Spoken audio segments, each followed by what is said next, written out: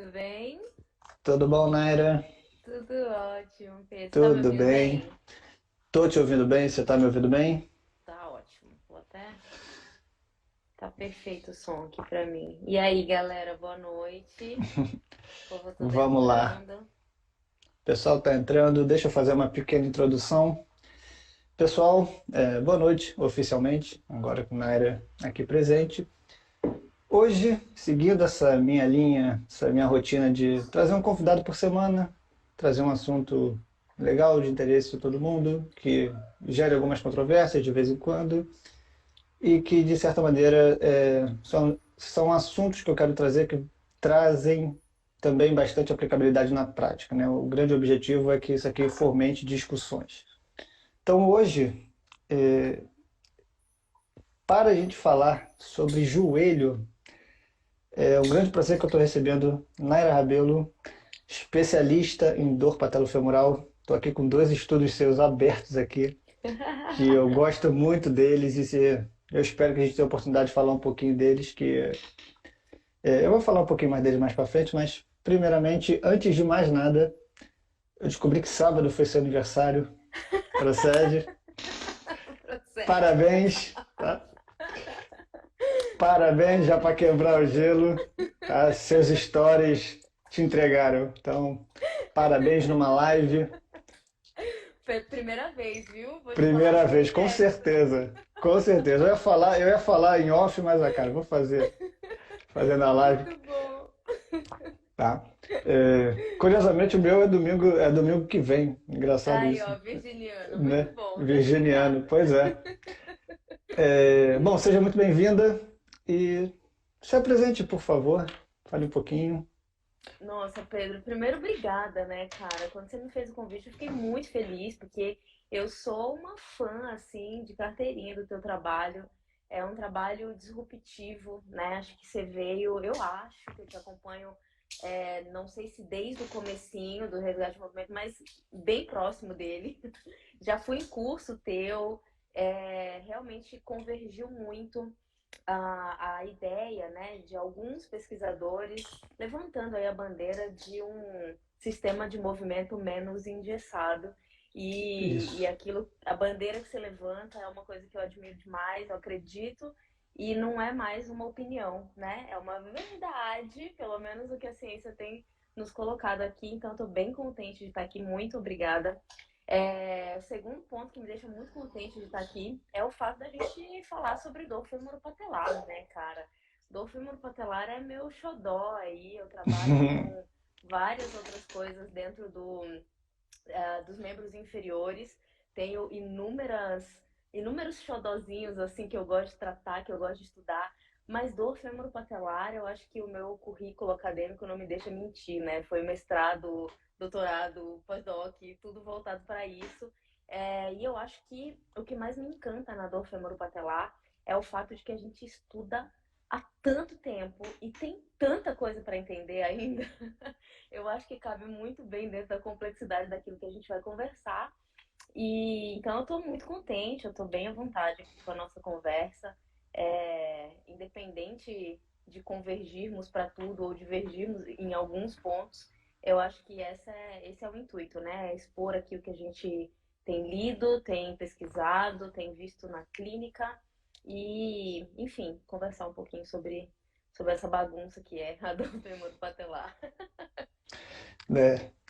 É, bom, então vamos lá. É, a dor femoropatelar, vou utilizar o mesmo termo. Para quem não me conhece, quem também está vindo pela sua rede, meu nome é Pedro, tá? Eu sou criador do Resgate do Movimento. Quem não me segue, pô, entra lá no meu perfil, dá uma olhada. É, não sei também desde quando você me segue, mas eu sei que desde o curso que você fez comigo lá em São Paulo, eu também comecei a acompanhar seu trabalho, então vira e mexe eu estou entrando ali. Aí quando eu descobri que você publicava dentro da área de dor no joelho, né, eu comecei a ler seus estudos e, por falar em disrupção, né, você tem alguns estudos que são bem disruptivos, você faz um apanhado geral, né, traz ali alguns conflitos que existem na literatura, algumas coisas, né, algumas afirmações que o senso comum tende a fazer e que, na verdade, talvez não, a gente não devesse ter tanta certeza em um tópico que aí eu vou expandir também, né? Dor, a gente fala muito de dor no joelho, mas também dor de maneira geral é um tópico que ainda a gente está começando a engatinhar em uma nova direção assim de discussão de dor. Então, eu acho que você tá bem posicionada dentro dentro dessa nova perspectiva acadêmica e de pesquisa. Acho que seus direcionamentos são bem interessantes e me deram vários insights que eu atualizei meu curso, trazendo também Uau, alguns insights seus. Então, que para mim é um legal. grande prazer estar podendo ouvir, né, ao invés de ler o Muito seu bom. discurso. E, bom, eu sou profissional de educação física também, para quem não sabe, eu sempre gosto de falar, deixar isso bem claro na live. Tem muita gente que acha que eu sou fisioterapeuta, mas na verdade eu preferi, ao invés de fazer fisioterapia, eu preferi estar em contato com grandes fisioterapeutas e trazer muito desse conhecimento para a minha área, porque também as mesmas limitações que vocês têm, nós temos também na hora de fazer nossas avaliações, levar para a prática, né, aquele discurso que a gente tem com o nosso cliente. Então, a ideia é, para mim, ao invés de fazer fisioterapia, eu prefiro muito mais fazer com que a educação física converse melhor com essas novas abordagens que a fisioterapia está trazendo. Então, para quem estiver seguindo, for da educação física, eu acho que esse bate-papo aqui ele vai adicionar bastante conteúdo na sua rotina profissional. Então, vamos fazer diretamente ao ponto. Naira, onde nós estamos hoje em relação à dor femoropatelar, certo? Se você puder falar um pouquinho desses seus estudos, você tem um ensaio clínico e também tem uma masterclass, né? Mas é uma revisão, uma narrativa ali, que ponto de vista talvez, mas que você faz um apanhado geral. Se você puder trazer um breve apanhado do que está escrito ali para nortear todo mundo na mesma página a respeito de Legal. dor femoropatelar. Eu gosto de fazer assim uma breve linha do tempo da dor femoropatelar, porque eu acho que Ótimo. entender onde a gente está hoje passa muito por entender de onde a gente veio na dor femoropatelar, Uhum. né? Eu costumo usar uma expressão, a dor femoropatelar ela é originalmente uma condição clínica com uma justificativa extremamente mecânica, né? Então, originalmente a gente passou ali pelo VMO como um vilão da dor femoropatelar, o vasto medial oblíquo lá atrás, mas o cunho, o cerne completo da condição clínica, eu chamo condição clínica para não usar o termo doença, até porque não é uma doença, né? Inclusive, dor femoropatelar é um diagnóstico de exclusão, por exemplo, quando não tem mais nada para a gente usar ali, acusar no joelho, tem uma dor na frente do joelho, dor femoropatelar. O pano de fundo dessa condição envolvia o mau alinhamento da patela sobre a tróclea. Lá atrás, no comecinho, o problema era a patela desalinhada sobre a tróclea, reduzindo a área de contato e, consequentemente, pela física, né? Quanto menor a área de contato, maior a pressão por ponto. Então, a justificativa é uma hiperpressão retropatelar causando a dor na frente do joelho, a dor femoropatelar. A gente pulou dessa fase, inúmeros estudos vieram com uma justificativa, tempo de ativação, fraqueza, inibição, tudo do vasto medial oblíquo, né? Aquela pequena fibrazinha Sim, penada na com uma região do grande vasto medial, responsabilidade, né? com uma baita responsabilidade. O tempo passou, a gente entrou na era ali do começo dos anos 2000, com os estudos do professor Powers e alguns outros ali americanos, culpando então agora não mais a patela. Essa condição acontecia principalmente quando a gente estava em apoio, né, apoio unipodal, colocando descarga de peso. Então a gente precisava avaliar isso em cadeia fechada. Houve então, né, o acréscimo ou a troca do culpado da dor femoropatelar. Virou então o fêmur, não era mais a patela que desalinhava sobre a tróclea, né? Então a gente não podia mais olhar só para o vasto medial oblíquo, que era um músculo uniarticular. O problema, né, visto por ressonância dinâmica, era então o fêmur rodando medialmente. E aí veio o boom do valgo dinâmico, né? Como o fêmur ali, como a estrela da coisa toda, rodando medialmente e aduzindo, né? Causando essa também redução da área de contato, agora pelos outros 50% da articulação que era o fêmur, Sim. né? Surgiu então por inferência, por probabilidade, na verdade por plausibilidade biológica, talvez, a ideia de que se o fêmur rodava medial excessivamente e aduzia, o que a gente tinha aqui, onde é que a gente tinha que atacar, né? Não era mais o VMO, agora eram os músculos que controlavam a rotação interna e a adução do fêmur. Veio então aquele boom, né, de fortalecimento de ensaios clínicos, de estudos Uhum. transversais, porque a dor femoropatelar ela padeceu muito com estudos transversais, e aí a gente tirava uma inferência absurda, né, e errada, dentro de um contexto clínico. Usar estudo transversal não é uma coisa legal. Não. E a dor femoropatelar ela padeceu muito com isso, né, ao longo da história dela. Então vieram os estudos, os ensaios clínicos, gerando, né, então acréscimo agora. A gente não fortalecia só quadríceps, a gente fortalecia glúteo médio e os rotadores laterais do fêmur, né, do quadril. E aí, Uhum. cara, essa galera começou a melhorar muito.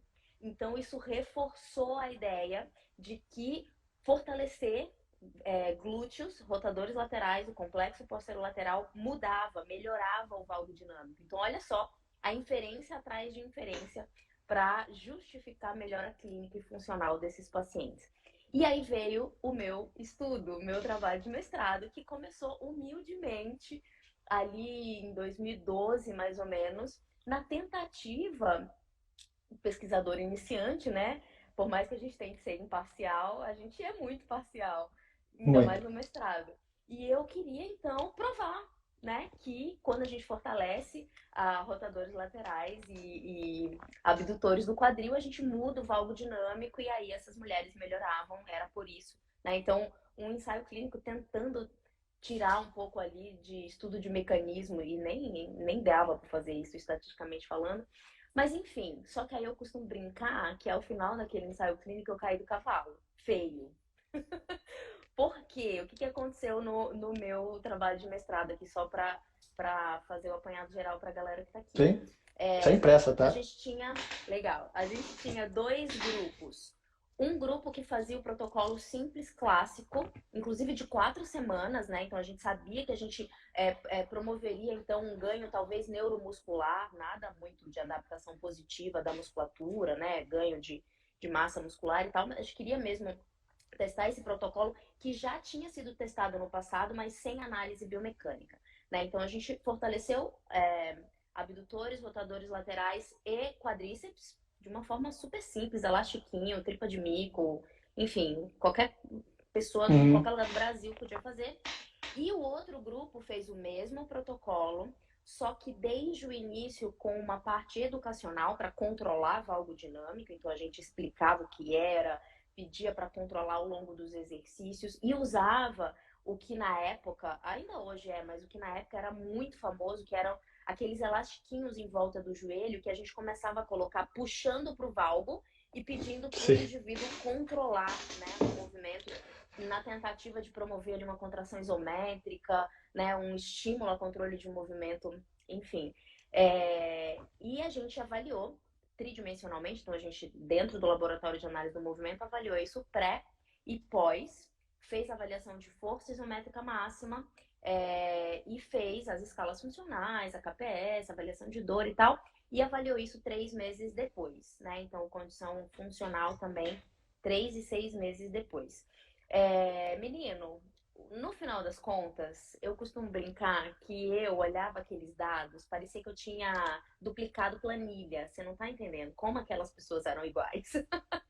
Não mudou. Na verdade, foi o seguinte: os dois grupos melhoraram igualmente, mas igualmente mesmo. Tinha coisa assim que era questão de casa decimal igual, sabe?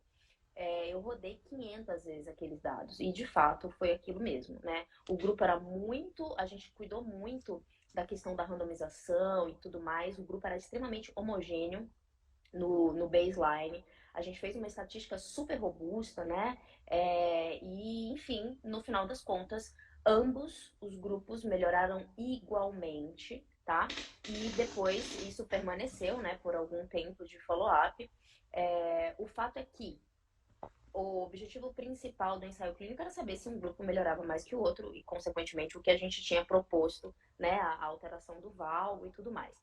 não melhorou, os dois melhoraram igualmente. Só que desse trabalho a gente consegue fazer algumas inferências, né? A Uhum. primeira delas, e que foi muito importante para mim, para minha mudança de chave, assim, minha virada de chave pessoal e profissionalmente falando.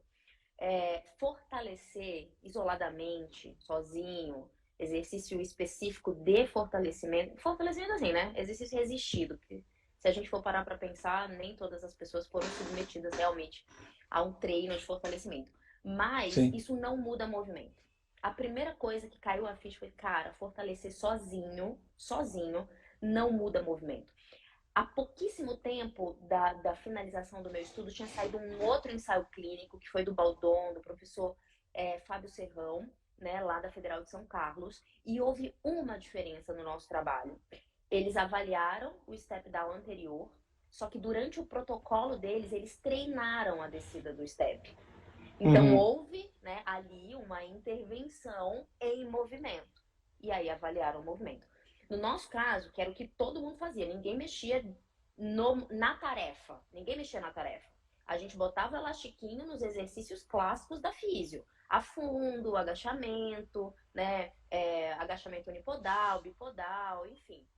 Qual que era a tarefa que vocês O reavaliaram step depois? down anterior. O O step step down down anterior anterior. também. É, Tá. exato. E aí, assim, por detrás aqui dos bastidores, já te falo, a gente tinha várias outras tarefas, que eram uma linha de Uhum. pesquisa, nenhuma delas teve diferença, nenhuma. Então, enfim, né, mas o nosso ensaio clínico ali, o que foi registrado foi o step down anterior, então foi isso que a gente publicou. É, Sim. então, o primeiro ponto é esse, né, fortalecer isoladamente, sem contexto nenhum de tarefa, não muda movimento na tarefa. Segundo ponto importante para gente, a melhora da, do, dessa condição funcional, né, da dor e da função, no nosso grupo aconteceu igualmente, né? Então, acrescentar tempo, acrescentar volume dessas coisinhas de puxar elástico, ficar ali, você sozinho com o paciente, isso não interviu, não houve interferência nenhuma, tá? No resultado de um ensaio clínico que é dor e função, né? A Uhum. outra coisa importante, no nosso grupo houve ganho de força isométrica máxima em alguns grupos musculares de 16%, de 20%, né? Mas isso aconteceu igualmente nos dois grupos. Então, o que a gente inferia que usar ali o elastiquinho melhoraria, né, otimizaria o ganho de força dos glúteos, também não acontece. Né? Então, nem muda movimento, nem mexe na tarefa, no movimento da tarefa, e Uhum. nem muda ganho mesmo real de força, sabe? Sim. Então, enfim, a gente acabou caindo do cavalo mesmo, mas foi a melhor coisa que aconteceu. Para você ter uma ideia, né? A gente tentou publicar isso numa revista clínica, bem bastidores aqui, as informações. A gente tentou, eu passei 2 anos para publicar esse estudo, Pedro, dois Eita. anos. E a gente não publicou numa revista puramente clínica, porque na época a gente via assim as portas fechando na cara dura para aquela informação que era totalmente contra, Disruptiva. né? Totalmente ia Sim. contra tudo aquilo que estava sendo publicado, vendido e tudo mais.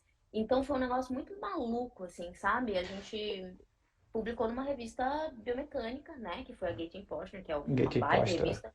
Sim. Mas foi uma coisa assim, não entrou na clínica. E depois, para nossa felicidade, eu fiquei realmente muito, muito feliz, num guideline que saiu anos depois sobre dor femoropatelar, porque isso é atualizado constantemente, né?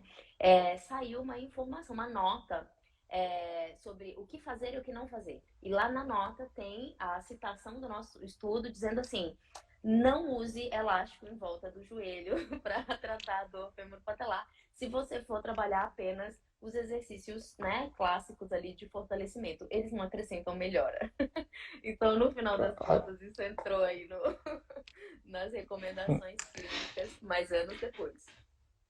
Não, primeiro, parabéns, independente da revista, ganhou vida, né? Acho que a gente não Foi um estaria grande discutindo aqui, barulho. essa informação não teria chegado a mim se não tivesse sido publicada. Mas bem interessante, obrigado por essa primeira informação. E que o que é legal, né? Você falando dessa, voltando lá onde você começou essa revisão histórica, né, do joelho, mas na mesma época se falava de multífide transverso, né, da estabilização Exatamente. escapular. Então é todo um raciocínio clínico É, que, obviamente, é compreensível é, essa evolução histórica está chegando onde chegou. é, E, e como as coisas estão se modificando também, né? Então, hoje já, eu acho que falar sobre dor lombar específica é algo que não é mais um tabu, é algo que é até esperado, né? Mas eu não sei qual é o problema da gente começar a falar também de outras dores não específicas, né? Dor no joelho, dor no ombro, exato. né? Então, acho que a gente está nessa fase de transição A que faz com lombar que... abriu, né? A lombar Ah, abriu a porteira, é bem isso. exatamente, ela E aí a começa gente no começou a ter centro, né? insights em outras. É, exato. A gente começou a ter Né? insights em outros segmentos. E é dor, né, Emerson? É isso que eu falo. Eu ouso dizer, uma coisa muito legal que tem na dor femoropatelar são estudos avaliando indivíduos com dor aguda, né? Primeiro Uhum. episódio e tal. E indivíduos com dor crônica, o comportamento, dor crônica no sentido de dor persistente, né? Então, com aqueles flare-ups, porque a dor femoropatelar, ela não tem um ciclo muito longo, né? Ela não é tão incapacitante quanto a lombar. Mas se você for perguntar para uma mulher de 30 anos que tem dor femoropatelar, a probabilidade dela dizer que começou a ter com 15, com 20, ou seja, isso vem se Os primeiros arrastando, né? sinais. Com Uhum. episódios recorrentes e tal. Esse é o comportamento da dor femoropatelar. Não dá para dizer que não é uma dor persistente, certo? E a Uhum. gente inclui isso aí dentro de um contexto geral, né? De dor crônica, passou de 3 meses, temporalmente falando, é dor crônica. E eu gosto de fazer o desafio, né? Para quem está aqui, para quem eu dou aula e tudo mais, para o pessoal da pós, qual foi a última vez que você pegou no consultório, você pegou ali, né, no teu local de trabalho, uma pessoa que chegou para você e falou que estava tendo o primeiro episódio de dor femoropatelar? É muito raro, um É episódio muito raro. recorrente. A probabilidade de vir com um episódio recorrente diante de um flare-up é muito, muito grande, né? Então a gente está falando de dor crônica, cara, não tem jeito, sabe? Com algumas manifestações semelhantes ou um pouco diferentes da dor lombar, é dor crônica. Tem um curso natural, melhora, regride para média, logo depois de novo. E só para voltar um pouquinho na tua pergunta, né? Onde que a gente tá na dor femoropatelar? Cara, a gente tá numa condição, Sim. assim, que para mim tá muito legal, que é, lembra, a definição inicial de dor femoropatelar era uma condição clínica com um raciocínio, né, originalmente muito mecânico. Então, a culpa, no final das contas, era da hiperpressão patelar, né, que vinha Uhum. ou pela menor condição condral, menor revestimento condral diante de uma condropatia, por exemplo, que passou anos, a dor femoropatelar teve por anos um sinônimo de condromalácia patelar, e a gente sabe hoje que não é sinônimo, né? Eu Não já fui existe uma diagnosticado relação com isso. direta. Meus 15 anos eu Exatamente. tinha condromalácia. É horrível, porque eu digo, né, diagnosticar uma pessoa com dor femoropatelar pela condromalácia dela é igual a hérnia, são duas sentenças. A hérnia está para dor lombar, como a condromalácia está para dor femoropatelar. Não são Sim. diagnósticos, elas são sentenças. O indivíduo, né, ele absorve aquilo de uma forma tão negativa e ele começa a se envolver de crenças negativas ali. E a gente sabe hoje que esse contexto cognitivo-comportamental é muito nocivo, né, para essas dores Sim. persistentes. Então, hoje a gente tem estudos aí de um grupo muito legal, o Danilo e outros pesquisadores da La Trobe na Austrália, trazendo à tona algumas respostas. Talvez a pressão retropatelar, a hiperpressão retropatelar, Uhum. também não tenha uma relação direta e tão intensa e imediata com a dor femoropatelar como a gente imaginava antes, né? Então, Uhum. hoje, por exemplo, a gente sabe que exemplo, eu adoro esse estudo, né? Que mudanças na forma de se movimentar, ou descer uma escada, por exemplo, tem muito mais relação, uma redução na flexão do joelho, tem muito mais relação com medo de movimento, né? Do que com fraqueza de quadríceps. Então, olha só esses componentes cognitivo-comportamentais, né? Que quantos de nós estamos fomentando isso com informações Sim. nocebentas mesmo, né? Nós, que eu digo profissionais da saúde, é, Sim. e o quanto que isso se propaga ao longo da vida daquele indivíduo, né? O quanto que ele deixa de se expor a exercício, que é o padrão ouro de tratamento, né? O quanto que ele deixa de trabalhar uma amplitude completa de movimento com uma exposição controlada e tal.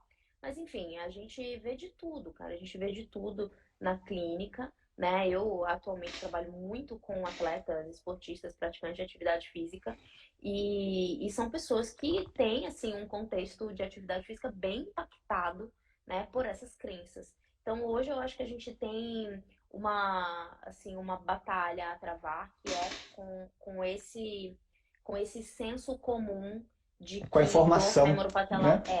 com a É com a informação. informação. Com a informação, exatamente. Eu acho que a gente De, está aí. eu acho também, de todas as conversas que eu tenho com vários profissionais, com tudo que eu leio, eu acho que o ponto de início em comum para todas as mudanças é a informação. É a gente olhar para a forma como a gente se comunica e os impactos que isso pode levar para o nosso aluno, para o nosso É, paciente, né? E essa necessidade que você está descrevendo aí, que o profissional tem de ficar tentando explicar os mecanismos, né, de uma dor, né, de uma lesão, eu também acho que atrapalham muito, né? Então, pô, fez uma intervenção, funcionou, então agora tem toda aquela necessidade de querer explicar por que aquilo que ele fez melhorou a vida do aluno, não sei o quê. Então, eu acho que esse tipo de pensamento também ele está diminuindo na literatura e a gente está sim, abraçando mais. Até, por exemplo, o seu estudo ele é excelente porque ele mostra que pô, você tem o desfecho principal, que era a diminuição de sintomas, você conseguiu com diferentes intervenções. E a sim. literatura vem trazendo, não só para o joelho, mas também para outras regiões do corpo, que isso parece ser verdade. Né? Eu sou muito fã, por exemplo, de abordagens mais voltadas para a complexidade, né? Na prescrição de exercícios, outras formas de a gente trazer desenhar um exercício baseado não só naquela questão tradicional de repetição, repetição em blocos, aquelas coisas, mas a gente puder explorar mais variabilidade na prática. Mas ainda não há nenhum ensaio clínico nessa área que vai me mostrar que isso é melhor para diminuição de sintomas de dor ou não. Mas com base em toda a literatura que está tendo aí, eu já posso partir de uma hipótese que é bom, mas não é melhor do que nenhuma outra para diminuição de sintomas. É Então, isso. ótimo, sabe? Isso é lindo, né? Eu acho que isso é muito bom, porque abre um leque de oportunidades até para incluir mais o paciente, o aluno, nas decisões. Essa é a chave. Hoje o hype para tratar dor é decisão compartilhada, né? Não importa o quão bom você seja, quantas técnicas você tenha, né? Acho que tem dois pontos importantes aí. O primeiro deles é você melhorar a sua capacidade comunicativa. O profissional da saúde Sim, precisa muito investir nisso, muito. isso é um fato, né? E o segundo ponto é trazer o teu paciente, o teu cliente para dentro daquilo que você está propondo. E aí a gente tem dois caminhos, né? Porque primeiro, você sabe disso tão bem quanto eu e qualquer pessoa que está aqui. Não adianta você ter a melhor proposta. Se o teu paciente ou cliente não adere àquilo, esquece. Queridão, esquece. Não tem melhora. Se ele não aderiu, não tem melhora. E como que ele adere? Dois pontos importantes. Se vocês travam uma boa comunicação, né? E o segundo ponto Uhum. é se para ele faz sentido, se para ele é factível, se para ele cabe no dia a dia, na boa vontade dele de praticar. Então, se você tem uma caixa com duas ferramentas, com uma ferramenta, cara, por mais que ela seja muito boa, ela não vai servir para todo mundo. Então, hoje, o que os resultados, né, dos ensaios clínicos, muita gente fica chateada, pô, uma coisa não foi melhor que a outra. Não é essa a Cara, isso é resposta. A resposta ótimo, é, cara. as duas foram muito boas. Uma foi tão boa quanto a outra. Aumenta o teu leque de ferramenta. Isso é ótimo. Coloca 15 ferramentas na mesa para o teu paciente com certeza de que elas têm o mesmo tamanho de efeito e que na saúde a gente já sabe que nem são tão bons assim os tamanhos de efeito, né? Então aproveita, põe lá, ajuda, faz, né, aquele bate-bola com ele Isso, e cara. que ele te ajude ou que você ajude para que vocês escolham a melhor coisa para o paciente. Isso melhora muito a aderência, né, ao tratamento. E a gente sabe, né, que esse tipo de coisa, essa variável, por exemplo, o paciente conseguir aderir ao tratamento, tem uma relação absurda com a melhora prognóstica dele, né? Ou não. Então, eu vejo, da mesma forma que você, eu vejo com muito bons olhos esse leque que tem sido gerado, né, pelos ensaios clínicos aí. A gente tem conseguido fazer ensaios clínicos com melhor qualidade Sim. metodológica e tudo mais com o passar dos anos. Temos excelentes centros hoje em dia espalhados aí ao redor do mundo com uma boa logística, Uhum. né, de produção de ensaio clínico. Então eu não acho que a gente padece, eu acho que a gente ganha com esse monte de ferramenta Total, nova que está chegando. total. Eu acho que teve até um. Acho que foi o seu Masterclass, né? Que teve algumas respostas e uma tréplica sua também. Teve Né? uma carta ao editor. Teve uma carta ao editor. Não precisa É, descrever muito, não, mas alguém se ofendeu, né, pelo que você escreveu ali, né, e realmente nessa relação da gente precisar revisitar. Revisitar a questão de uma dor patelofemoral ser multidisciplinar, ter múltiplas possíveis fontes ali, e não simplesmente um mecanismo claro de ter que fortalecer complexo posterolateral ou qualquer outra coisa, né? É bom, isso vai funcionar, isso é legal e você pode utilizar. O próprio o Gabriel, né, do Joelho e Evidência, agora ele também lançou um ótimo estudo, sim, nossa, fez né, um que barulho enorme. fez, isso é ótimo, cara. Pelo menos eu vejo, Também você vê acho, também eu isso como também. ótimo. Pô, você pode fortalecer adutores ao invés de fortalecer abdutores somente, né? Então, você pode incluir, né, não era somente, mas você pode incluir numa rotina de É, exercícios. Então isso é muito bom, né? A gente está em 2022, pô, quanto tempo a gente demorou para estar aqui numa live falando que isso é muito bom e pelo menos exato. quem consegue enxergar, né, que a gente pode explorar diferentes fontes de exercício para o mesmo desfecho é bom, porque na minha opinião, e acho que você compartilha também, você pode dar a opção de escolha para o seu aluno se tornar mais fisicamente ativo, que é onde eu acho que a educação física precisa se posicionar nesse ponto agora, né? Precisa pegar todas essas informações que a física está trazendo, porque o nosso, aí que eu acho que a educação física ela se confunde um pouco, porque alguns profissionais também ficam com essa necessidade de ficar dando diagnóstico cinético funcional, ficar entrando um pouco com alguns recursos da física na prática da academia, na prática do treinamento, quando na verdade a gente é muito bom em promover prática regular de atividade física, né? A gente tem Uhum. um leque de opção maior e complementa muito bem o que vocês estão fazendo. Então, essa questão da comunicação do professor com o aluno, eu acho que a educação física também precisa revisitar para ontem, né? A gente descer do pedestal, que a gente não é detentor da informação absoluta, e tem muita coisa que estudos como o seu vão trazer, mas acho que a maioria das coisas, quem vai trazer de informação útil e relevante é o próprio aluno, né? É o próprio aluno, exatamente. Que é, Quando? Pode falar. não, eu ia puxar agora, acho que você já pode emendar também, falar um pouco da sua prática, né? Porque eu acho que algumas perguntas que me mandaram quando eu abri a caixinha eram em relação à questão da biomecânica, né? O quanto que ela, se ela ainda é importante, como é que você leva isso para a sua prática, né? A questão da biomecânica, a questão dos outros fatores não mecânicos. É, ainda posso incluir também, né, a relação entre diferentes grupos, atletas, não atletas, como é que é a Importante. condução, como é que é a condução na prática, na real, quando a gente leva essas informações. Falando agora da Uma, prática clínica. uma coisa muito legal que fazer um ensaio clínico me ensinou, sei lá quantas, até hoje, eu acho que a condição que eu mais atendi na vida foi do fêmur patelar, realmente. E boa parte disso por conta do ensaio clínico, de outras coisas que a gente foi tocando ali no laboratório na mesma linha.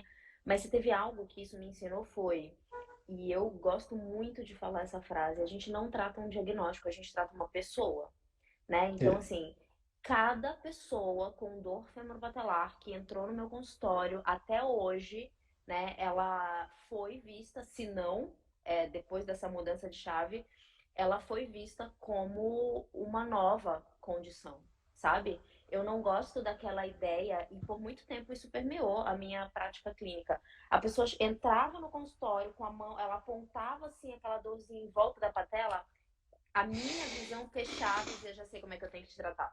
Tá tudo certo.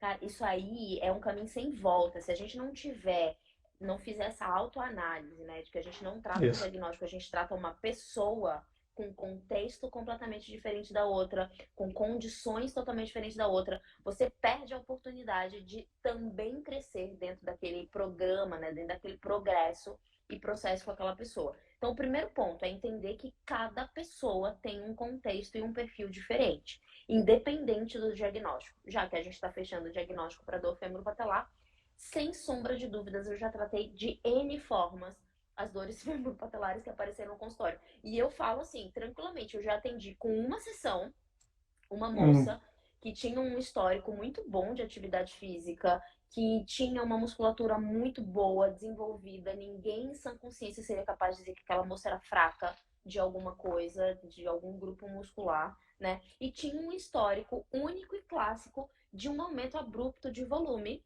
porque ela encaixou uma maratona da noite pro dia e ela queria fazer, e ela tinha um aumento abrupto de volume no histórico dela, naquilo que ela vinha trazendo para mim como história, né, da Uhum. condição clínica.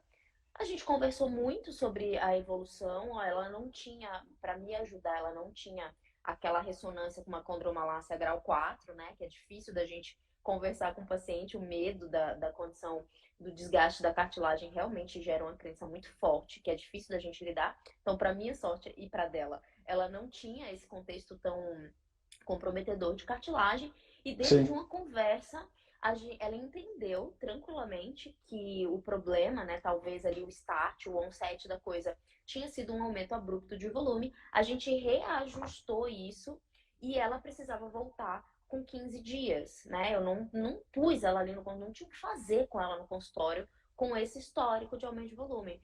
Ela não voltou, ela me ligou e falou assim: "Ah, eu tô muito bem, cara. Eu sugeri uma faixinha para ela, né, para ela não deixar de treinar, mas diminuiu bem o volume Sim. de corrida, e ela ajustou e falou que estava super bem, e tá tudo certo. Ah, beleza, tô aqui, nunca mais, tá tudo certo, ficou tudo bem, né? Então houve esse caso super extremo, que não, também não, ele é outlier realmente, mas Sim.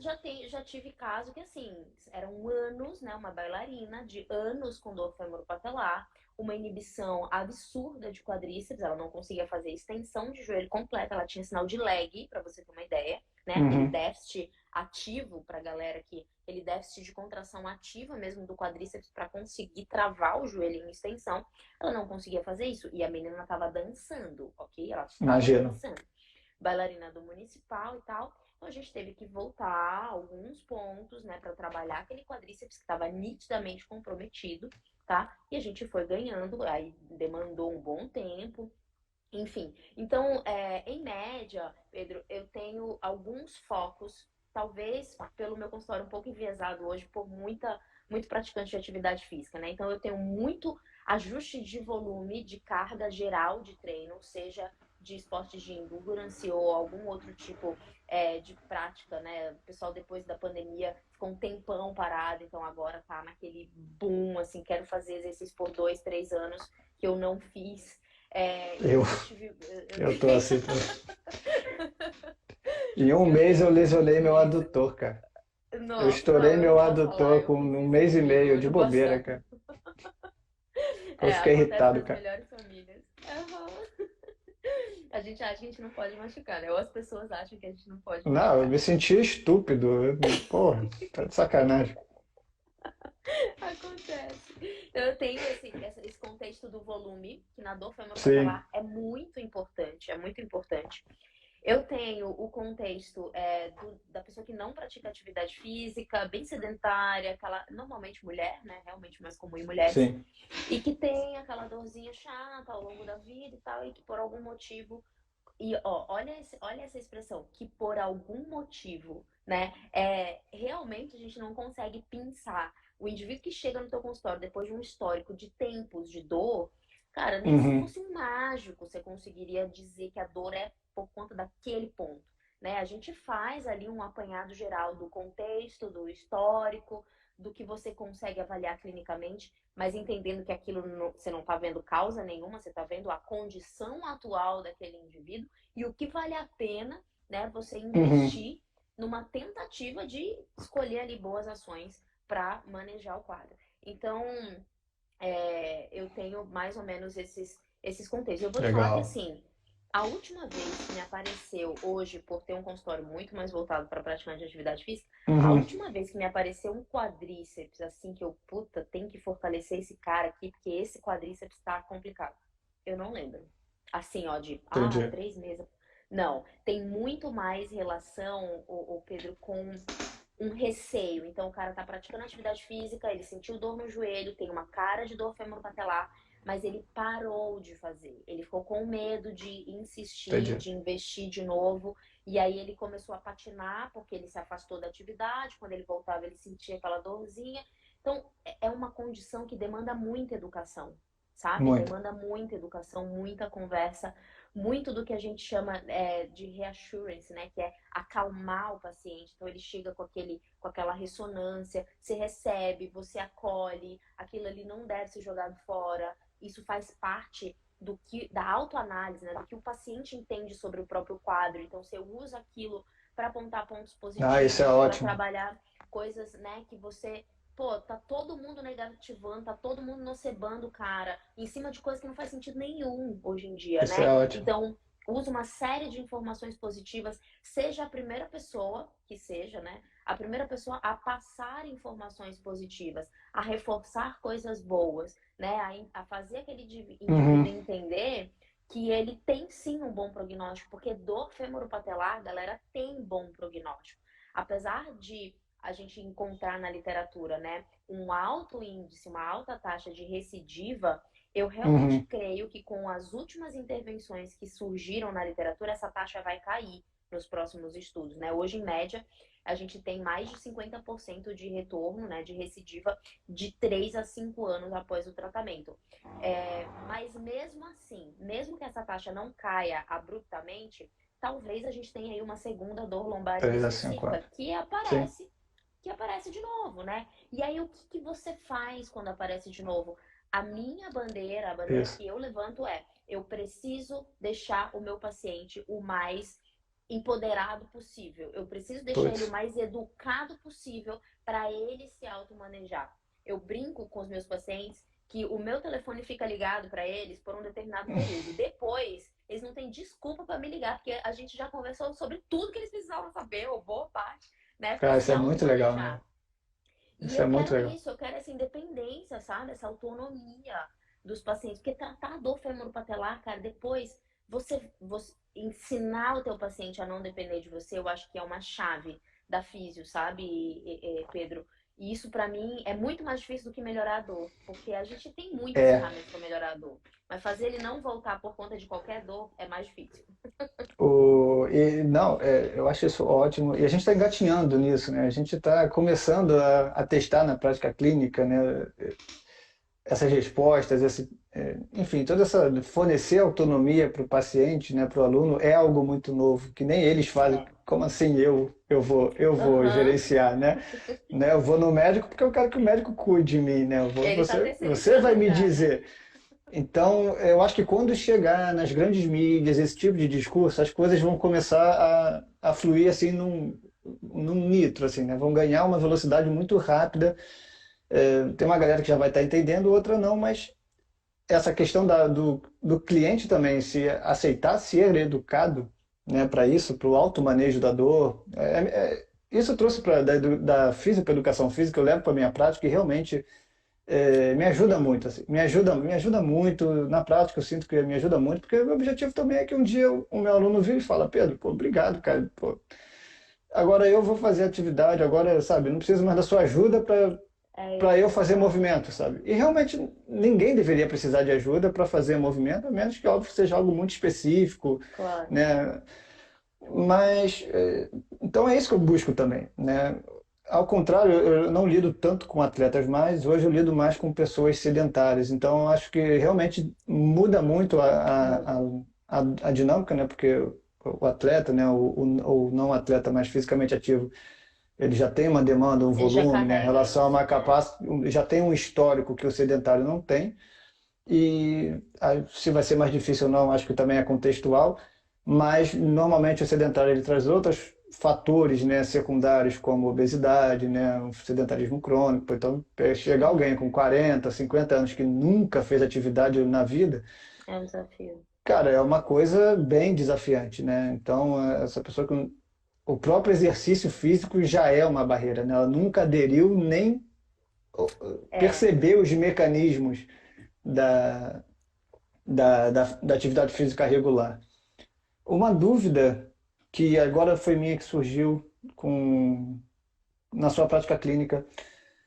A tendência dos seus pacientes é eles sempre passarem por ortopedista antes, trazerem um exame de imagem, ou como é que já está sendo na prática clínica? A galera já procura fisioterapia ou chega a você antes de passar por um médico? Porque particularmente eu, quando vou recomendar alguém, normalmente eu penso mais em fisioterapeuta hoje em dia, Uhum. dependendo do quadro. No Brasil, a gente ainda não é profissional de primeiro contato, assim, né, Uhum, descrachadamente. Mas o Instagram, eu acho assim, o movimento no meu consultório ele tem dois grandes fluxos, talvez três. Eu tenho grandes amigos e profissionais médicos com os quais eu trabalho, e aí existe esse fluxo vindo direto deles.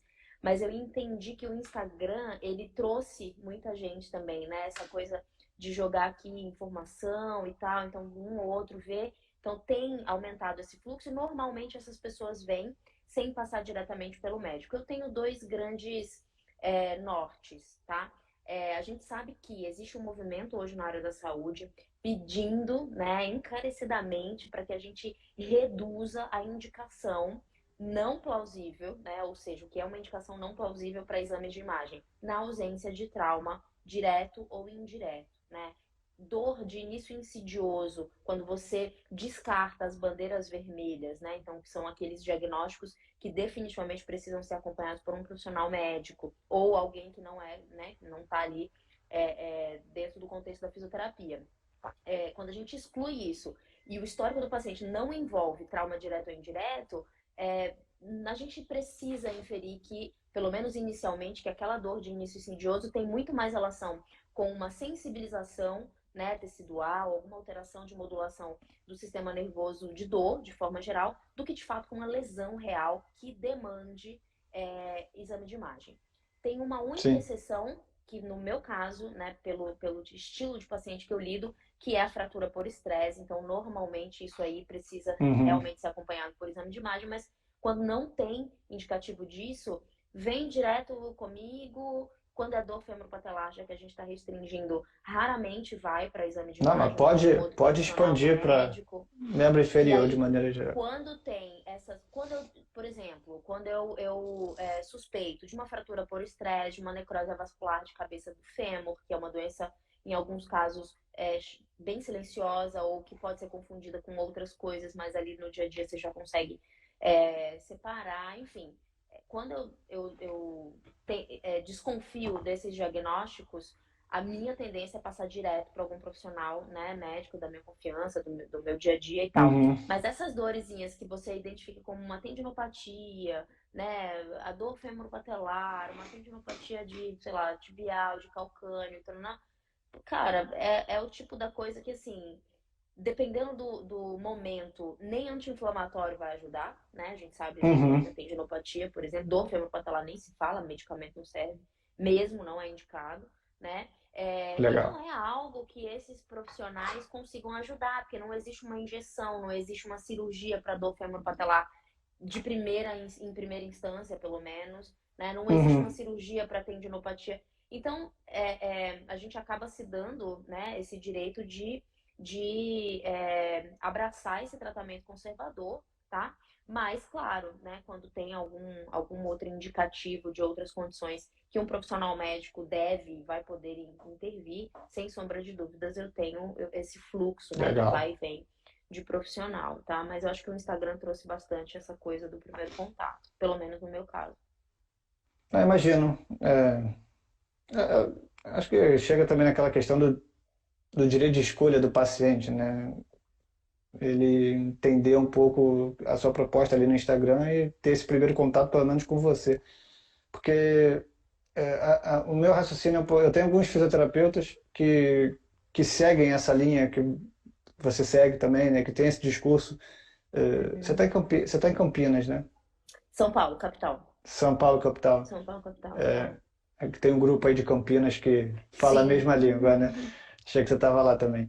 Mas, então, por exemplo, São Paulo tem você em Campinas, tem a galera, aqui no Rio tem outra galera também que vai. Então, Sim. normalmente eu tendo a indicar primeiro para esses fisioterapeutas que eu confio que se eles falarem, ó, vai procurar um exame de imagem, vai então a decisão eu acabo compartilhando um pouco com eles, assim. Eu confio muito nessa decisão porque eu acho que faz muito sentido tudo isso que a fisioterapia está trazendo, nesse momento. E em relação também para os próximos anos, próxima pesquisa, você está engajado em alguma pesquisa nova na Hoje, área? Tem algum protocolo? hoje a gente tem, eu continuo no laboratório, né, de análise de movimento, Uhum, outras pesquisas saíram ali de outros mestrados, doutorados, mas hoje eu cuido da parte de pesquisa do grupo de quadril e de joelho da Santa Casa, só que é um grupo médico. Então, uhum, eu tenho bastante liberdade para desenvolver pesquisa clínica na físio, só que a gente não tem muito braço ali de manejo por conta do hospital, da fase do hospital. Então, eu tenho feito pesquisas na área, mas num contexto bem médico. E na nossa área, né, da reabilitação da físio, perguntas clínicas da físio, a gente está saindo agora, tá em fase de qualificação e defesa, um trabalho avaliando economia de corrida, né, uhum, juntando variáveis biomecânicas e variáveis metabólicas ali num ergo espirométrico, o pessoal da fisiologia, associando uma condição, uma área da físio que eu tenho bastante curiosidade e eu gosto bastante de ler, estudar, querendo ou não, hoje eu trabalho muito com esporte de endurance, então é uma uhum. área que eu quero investir e tem esse mestrado aí que eu estou orientando junto com o professor Paulo Legal. Lucarelli, que é meu professor, amigo, parceiro da vida, e provavelmente eu venha a desenvolver mais coisas nessa área mesmo, né? No Endurance. Pô, legal. Legal, Naira. Ah, separei aqui algumas perguntas que eu tinha me enviado. Não, mas acho que já foram todas. Ótimo. Eu acho que eu quero fazer um adendo num comentário que eu fiz. Por Ainda que eu favor. falei, né, que a gente tem que melhorar a nossa capacidade de comunicação. Quando eu falo Uhum. comunicação, gente, não é comunicar o porquê que tá doendo, sabe? Não é Hum, comunicar o de onde vem a dor. Você não tem que ser melhor em justificar o teu tratamento, né? Ipsis literis ali, os mecanismos de ação e tal, até porque muitos deles a gente não sabe. E ok, o paciente ter dúvidas em relação a isso. Eu sou uma paciente que quer saber por quê, para quê e tal. Mas acho que a nossa grande trava, e para mim era também uma trava, era poder dizer que a gente não sabe a causa.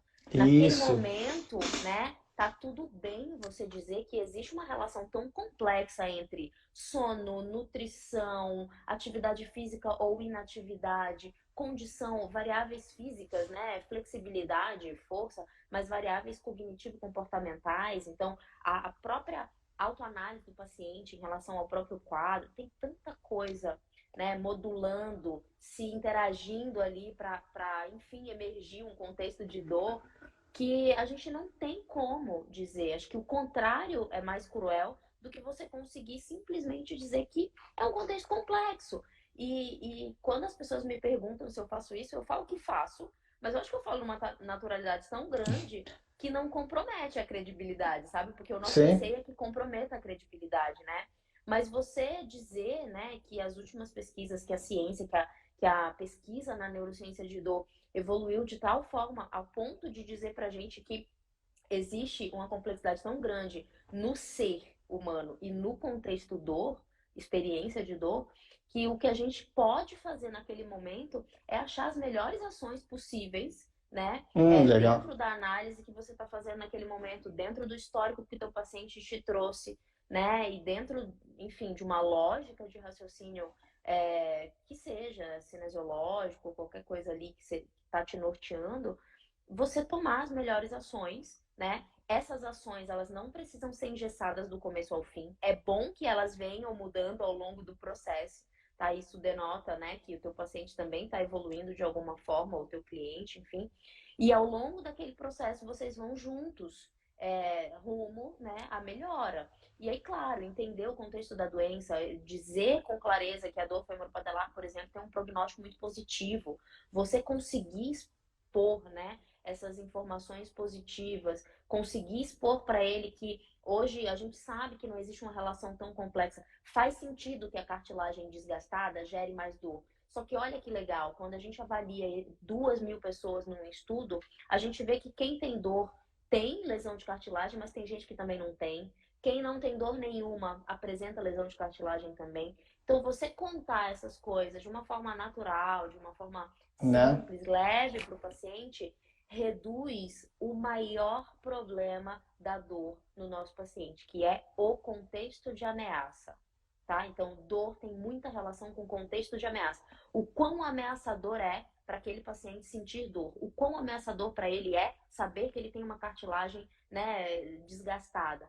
Esse contexto de ameaça, quando ressignificado, cara, você ganha uma porta aberta Você tão ganha. grande, tão bacana com o teu paciente, com o teu cliente, que você não vai se arrepender de tentar abrir essa porta, né, por essa via, por essa via de acalmar, de ressignificar esse contexto de ameaça.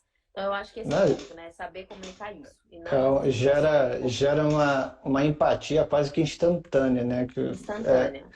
é aquele primeiro ponto que eu acho que eu recomendo também para quem quer começar a colocar isso em prática. Aprender a ouvir mais, né? E falar Com menos, talvez. certeza. Ouve mais, deixa o paciente ou o aluno falar. E Yeah. ali ele já vai dar muita pista, né, do que é dor para ele, o que é função, né? A gente tem as definições do que é função, mas, cara, às vezes para ele é totalmente diferente, né? O quanto aquela dor impacta a rotina dele, outros aspectos. Então, acho sempre interessante fazer essa triagem, mas ouvindo muito do que perguntando com questionários, com avaliações e é aquele manejo, né? Aquela coisa que não dá para ser só, pelo menos na minha área, né? Tem aquela ideia de fazer uma avaliação inicial de um movimento, fazer uns questionários, uns testes, assim, para aí que vem, né? Para procurar erros para corrigir Sim. depois, né? Que é o clássico. Então, na verdade, É. muitas vezes a gente, hoje eu tento até fazer mais avaliações de movimento, mas para saber onde ele é bom, na verdade, né? Ou ele ou ela são Muito bons. bom. O que que eles têm de bom que eu possa aproveitar, né? Otimizar isso aí. Para otimizar e que vai me ajudar lá depois com outros movimentos, ou aquilo que eu, enfim, até aquelas vias preferenciais, né, aqueles movimentos preferenciais, que não necessariamente é algo ruim, né? Aí vem, né? Você falou do mestrado, voltando um pouco do mestrado, como eu imagino que para você também tenha sido um amadurecimento instantâneo ali, né? Aquela coisa, terminou o mestrado, Uhum. outra mulher, outra pessoa. Para mim também Foi. foi a mesma sensação, assim, eu tive contato com muitos profissionais bons, assim, mais em si do que eh, o próprio trabalho que eu desenvolvi, mas é uma quantidade de informação nova que chegou ali e útil, né, que teve uma aplicabilidade direta ali, que mudou basicamente a forma como eu enxergava as coisas, que, assim, não tem mais como voltar atrás, né? É É aquela isso questão. aí. Então, quando você começa a levar para a rotina e ver os benefícios, porque fazendo um contraponto com o que eu fazia antes, que talvez você também fizesse antes, é aquela questão de ter uma intervenção que você vai aplicando a várias pessoas. Algumas melhoram, outras não, né? Então, às vezes, se perguntar por que que as outras não melhoraram, a gente começa a achar como é que eu posso culpar essa pessoa de por que que ela não melhorou? Ah, ela não fez o Com dever de casa, certeza. ela está dormindo mal, a minha intervenção está É. certa, né? É lógico, é isso Exatamente. aqui. A gente Então, transfere a responsabilidade. transfere a responsabilidade. Então mudou muito quando eu comecei a levar tudo isso para a prática. Eu agradeço muito a fisioterapia para isso. Acho que eu nunca escondi isso aqui no resgate. Mas é realmente porque tem uma galera na educação física que está começando a acompanhar, entender um pouquinho que a gente tem essa demanda também, cara, porque a gente muitas vezes vai receber os pacientes de vocês e a gente tem pelo menos a gente precisaria talvez ser mais delicado em manter o mesmo nível de informação que vocês Isso, cara, mantêm. essa linha precisa ser contínua, né? Eu Contínua. acho que o dia que vier, sabe, do profissional, vamos falar o fluxo clássico, né, dentro do serviço de saúde do Brasil. No dia que o médico, o físio, o educador físico falarem a mesma língua, sabe, mas uma língua não nocebenta, né? Isso. Uma linguagem mais acolhedora para o nosso Mas paciente, para o humana, né? cliente, enfim, mais humana, exatamente. Enfim, a gente vai ter muito menos problema, porque hoje eu falo seguramente, seguramente, o menor dos meus problemas é escolher um exercício que fortaleça a fibra X ou a fibra Y. Cara, esse é o menor dos meus É o problemas. menor. Quando eu dou aula, eu falo assim, cara, exercício por exercício, escreve no YouTube. Você vai pegar um tanto de exercício para cada músculo que você quiser. O problema não é ter o leque de exercícios. O problema é conseguir fazer o paciente abraçar aquela proposta e fazer. É falar para o paciente que está tudo bem agachar um pouquinho mais, que ele não vai quebrar a perna, romper o Isso. labro, estragar a cartilagem se ele descer um pouquinho mais, né? Tem tantas outras coisas que permeiam, e isso muito tem a ver com crença, né? Com fatores cognitivo-comportamentais, que de fato uma informação negativa, ela tem um efeito tão negativo Tem. mesmo sobre o comportamento motor de um indivíduo, que isso perdura, gente, pro resto da vida, da vida. Vocês não estão entendendo, não é exagero, tá? Não é exagero. Não, Dependendo da não. informação, perdura e muda o comportamento motor pro resto da vida. Então, a gente precisa ser muito responsável, né, com as escolhas das nossas informações. A gente precisa sim ser humano em relação a estar ali no mesmo patamar, mas é inevitável que o paciente chegue até você acreditando naquilo que você vai falar. Então, sim, existe uma responsabilidade, um peso na tua palavra, na tua forma de comunicar. Então, que a gente seja mais delicado, né? Que a gente consiga Isso. ser mais crítico com a nossa escolha de palavras e de jeito de comunicar, porque isso tem uma influência muito, muito incrível. Se vocês forem ler, né, relatos de indivíduos na dor lombar, isso é absurdo, assim, né? Então, assim, o indivíduo, ele realmente acha, ele não tá usando uma metáfora, ele realmente acha que o disco dele vai explodir se ele dobrar a coluna, sabe? Ele realmente acha. O indivíduo É foda. realmente acha que o osso dele, quando ele escuta uma crepitação no joelho, está roçando no outro osso. E isso não é verdade, né? Isso não é real, mas o problema A não é do percepção dele paciente faz sentido, leigo. É óbvio. lógico que faz. Não é, Faz o problema sentido. não é do paciente leigo que chegou a essa conclusão. O problema é do profissional que não deveria ser leigo, que não tomou cuidado na forma de expor aquilo, sabe? Então, isso hoje, para mim, é o maior impeditivo, assim, da Então, evolução de um processo, sabe? Eu acho que quando o físico, quando o educador físico entender que o comportamento, né, motor dos nossos pacientes tem tanto quanto, ou muito mais até, relação com o que ele entende do que ele é capaz fisicamente, né? Quando eu digo isso. capaz fisicamente é flexibilidade, força, enfim, N coisas que a gente acaba olhando, mas que estão à mercê de um entendimento, de um cognitivo, né, de um sistema que é muito mais complexo do que a alavanca, né? Então, enfim, de fato, eu acho que fica aqui a, O... né, o raciocínio, o Não, insight aqui para a gente se é autoanalisar. engraçado que esse insight, eu vou contar o contexto. Na sexta eu participei do podcast da Fisiortopedia, né, com o Rafa e com o Nem Fukuzawa, sabia que eles tinham feito com você. não, que foi ao ar hoje, né? Então, primeiro agradecer que foi graças a você e a Júlia que eu conheci o Rafa, né? A Ai, gente que fez uma bom. parceria Eu legal, a gente lembro, fez um curso junto, então, pô, eu rendeu lembro. bastante.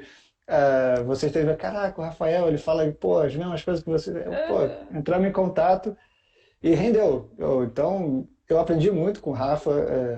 Ele é E demais. o que a gente combinou de falar era exatamente como fazer com que o profissional que trabalha com movimento, né, o físio, né, que é mais específico, possa explorar melhor exercícios, né, melhorar a prescrição de exercícios. E acaba que a conclusão chega é exatamente essa. A primeira limitação que ele tem que barrerar é o que ele acha que ele vai, né? Quando ele promove exercício, o que ele acha que está acontecendo, né? Quais são as crenças ali que estão É, impedindo ele de explorar outras soluções de movimento? Que só de você remover essa crença, um leque de opções, um leque de vai. oportunidades vai abrir. Vai. E o Rafa trouxe uma questão interessante que também corrobora com todo esse teu trabalho e com tantos outros que seguem essa linha. Então, às vezes o profissional ele faz a intervenção, né, tem um desfecho positivo, mas ele está mais preocupado, por exemplo, em modificar a cinemática, modificar o movimento, né, sem observar que a primeira necessidade do aluno, do paciente, era diminuir dor e melhorar a função. Pô, o cara já está É viajando, fato. já tá subindo escada, não sei o quê, mas ele está ali encucado Fazendo um com o valgo raio do valgo cíclico dinâmico que que tem que ninguém melhorar. aceita. Aí o tempo, não sei o que, aí pode vir com esse discurso, uma série de, então você não pode fazer isso, então não pode fazer aquilo, até eu melhorar esse valgo, né? Aquela questão de etapas, né, funcionais que precisa É, ganhar. Então, acaba, é o que é interessante, né? A que conclusão acaba legal. sendo que é exatamente isso. Tem todas essas evidências novas, né? Que, pô, beleza, ele pode explorar vários movimentos, você vai ter diminuição de dores. Então, a questão da prevenção de lesão, da melhor desempenho, é outra história. Mas falando Claro. de diminuição de sintomas, e, obviamente, diminuindo sintomas, a possibilidade também da questão funcional caminhar junto, é, faz muito sentido a gente pensar em quando lê um texto como o seu, né, quando ouve esse tipo de informação, não ficar em contradição. Ah, então tudo que eu estudava agora não vale mais de nada, né? Então a biomecânica, a cinesiologia são ciências nulas, acabaram, não servem para mais. Não é, não é esse tipo de feedback ou de raciocínio que eu acho que a galera tem que ter com A esse gente tipo é de muito conversa. extremista, né? É muito. Tá aí, né? Política tá aí mostrando, né? Fato. Essa Né? dualidade Tá nunca vai aí. matar a gente. Somos de fato extremistas, né? Eu acho que 880. eu consigo provar que eu fui a mesma pessoa que escrevi o texto lá do Masterclass, cheio de devaneios, falando, né, em relação a valgo e tal. E até hoje estudo com um contexto de análise do movimento por trás. Tem um laboratório de análise do movimento. Eu acho que a comunicação em cima disso a gente não precisa excluir, a gente precisa dar o devido peso para as coisas, né? Antigamente a biomecânica Uhum. ganhava o primeiro, o segundo e o terceiro lugar, né? Ocupava o pódio inteiro de Pô, todas as é um coisas. pedestal, né, cara? Não é? E na Tá lá em verdade cima. não, existe um peso para ela, né? E às vezes ela tem um peso maior num determinado quadro, contexto, às vezes ela tem um menor, às vezes ela não tem nenhum peso, sabe? Então, assim, eu acho que a nossa expertise ela tem que melhorar em fazer essa peneira, né? E a outra Sim, coisa que eu acho que é um grande problema nosso, a gente é muito apegado com crenças dos próprios profissionais, né? A gente é muito apegado com técnica. Cara, não.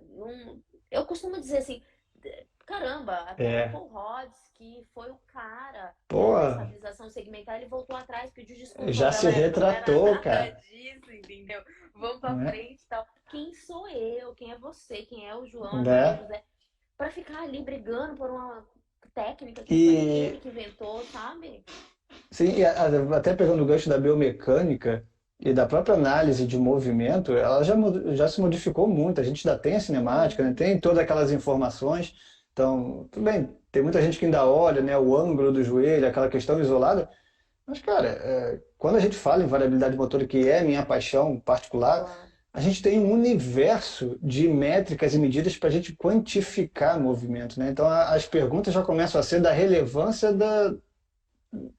da Hoje a gente quantidade, está né? falando de De, rede neural, a gente está falando de exatamente, não é análises mais de um complexas do ângulo movimento. isolado, né? Exato, Então, a exato. biomecânica ainda é muito importante, mas a biomecânica vai muito, mas muito além do Do que ângulo, pico da flexão do joelho é exatamente, exatamente isso. exatamente, né? Então, eu acho que é por aí também, né? A biomecânica está acompanhando, óbvio que toda, que eu falo nas grandes limitações, né? Até levar isso para a prática, toda essa tecnologia para a prática, é difícil, né? É difícil Claro. até, conforme a gente vai vendo esses estudos que vão dando aquelas pistas de que o sistema ele é muito mais complexo e tem muitas mais variáveis, né? Que no final acaba sendo que todas essas dores crônicas persistentes, elas têm essa questão multidimensional.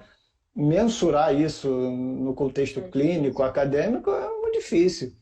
É muito É difícil, difícil. é um Até a fato. própria questão da educação em dor, né, da informação, a informação com cada aluno, com cada contexto, é totalmente diferente, né? Então, É, fica difícil validar algumas coisas, mas a ciência está aí para é isso, né? verdade.